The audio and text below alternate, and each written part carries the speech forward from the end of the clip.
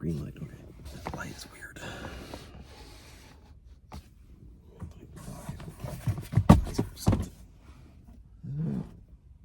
Yeah. Go up a little bit on my seat.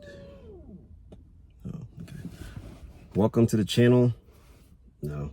I'm filming on my phone in my car, and I forgot all of my recording equipment that I was going to use.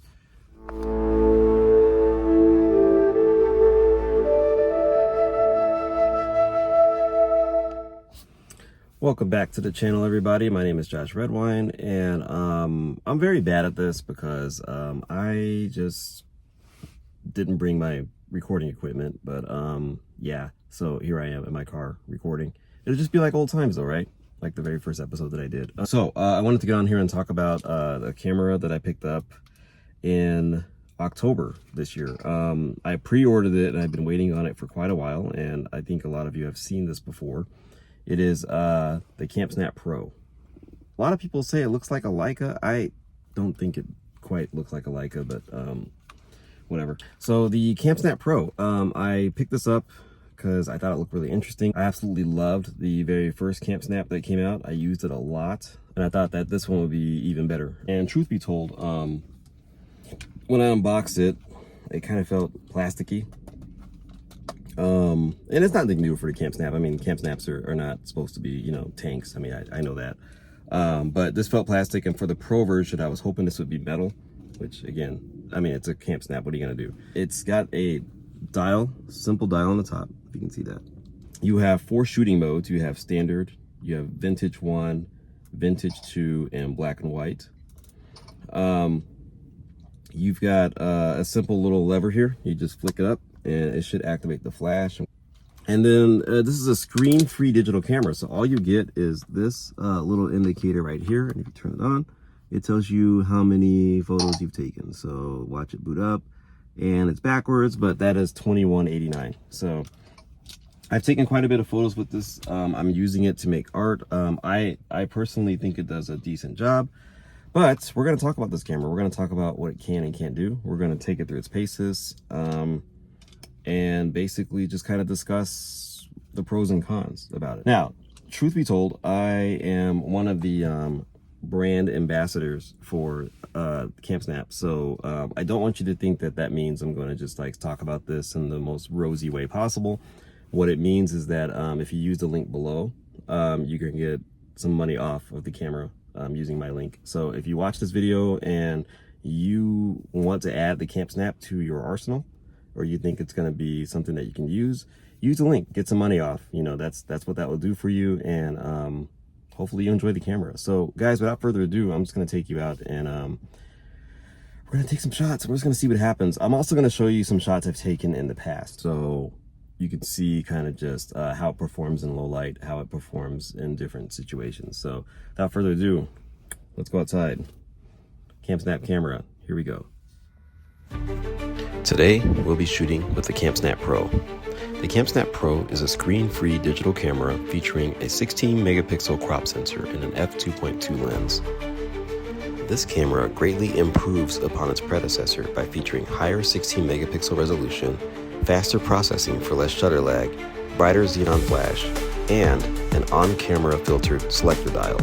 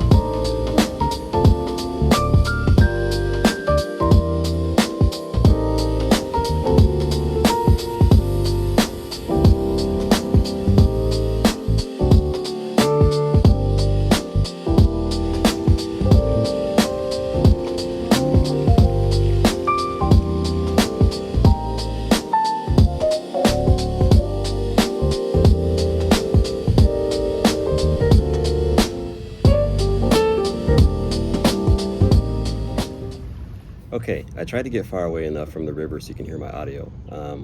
So let's just talk about the CampSnap real quick. One of the things that I really love about this is its simplicity. Very simple camera, very simple operation. You just got the one button here, no distractions. You just switch the mode that you want to turn it to and you fire away. It's almost a toy camera. I hesitate to call it a toy camera just because it has that 16 megapixel sensor in it, and just because that the images coming out of it are so sharp. It feels good in the hands. I have big hands, so you know, I can cover the whole camera if I wanted to, but I carry it like this, and I'm able to move around and be very maneuverable with this camera.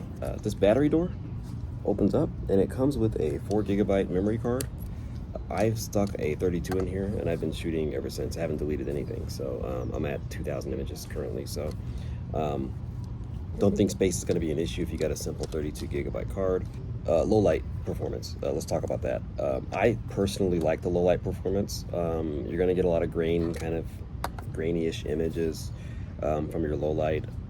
I don't find a problem with that just because of the style of photography I'm doing with this. And I'll show you some of the examples. You can see some of the examples of low light. Truth be told, I do edit all of my photos coming out of here, so I do use a little noise reduction when necessary, but I don't think you're going to find the low light performance too distracting.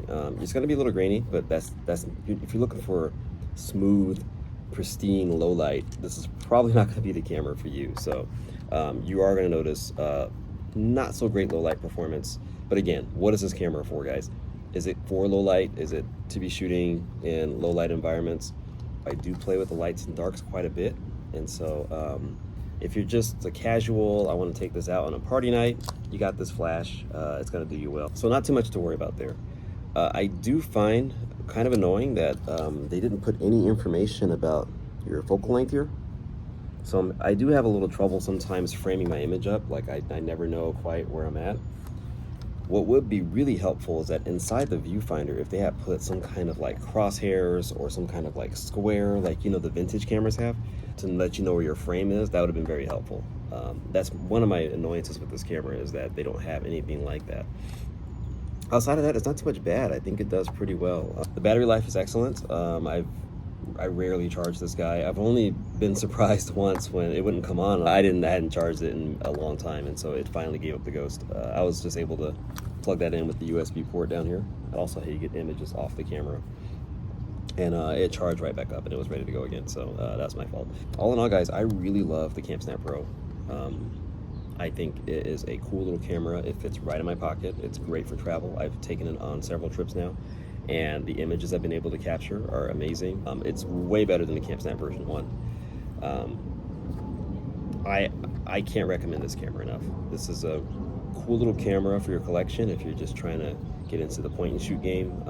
In my opinion, I haven't tried the others, but it's a pretty good screen-free digital camera. So I highly recommend it because the results speak for itself. Anyway, do you guys own this camera? Have you had any experience with it? Do you have a friend that owns it? Are you thinking about getting it? Let's talk about it. Comment below what you think about this camera, and what do you think about the images. Well, guys, that's all the time I have today. Hope you enjoyed this one, and I'll see you guys in the next one. Take care.